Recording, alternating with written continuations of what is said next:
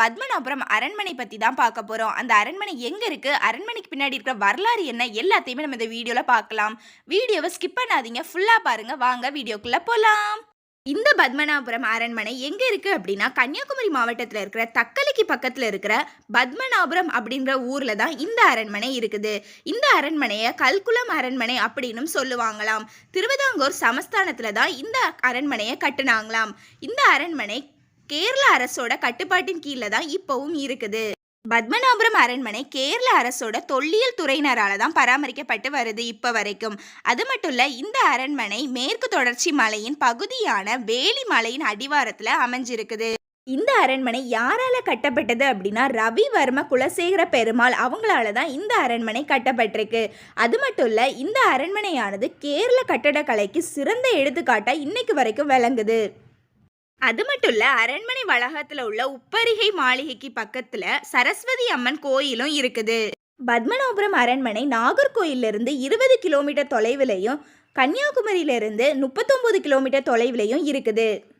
இந்த அரண்மனை ராஜஸ்தான்ல இருக்கிற ரம்பாக் அரண்மனையை விட பழமையான அரண்மனைன்னு சொல்லப்படுது. இந்த அரண்மனை வளாகத்தின் மையத்துல 4 மாடி கட்டடம் இருக்குது. தரைத்தளத்துல அரசு கருவூலம் இருக்குது. முதல் தளத்துல படுக்கை அறைகள் இருக்குது.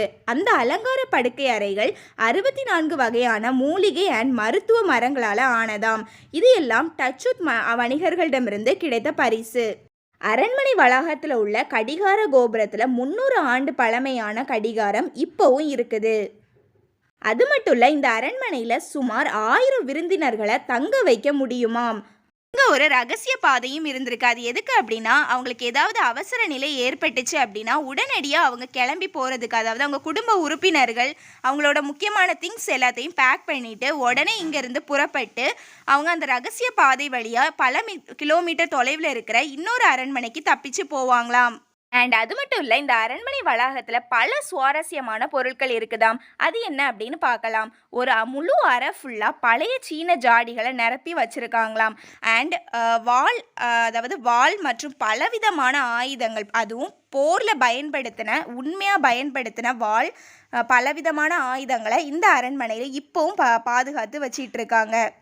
அண்ட் பித்தளை விளக்குகள், மரம் மற்றும் கல் சிற்பம், பலவிதமான தளபாடங்கள் அண்ட் மெருகூட்டப்பட்ட உலோகத்தால் செய்யப்பட்ட பெரிய கண்ணாடிகள் எல்லாம் இங்கே இருக்குது இப்போ வரைக்கும்.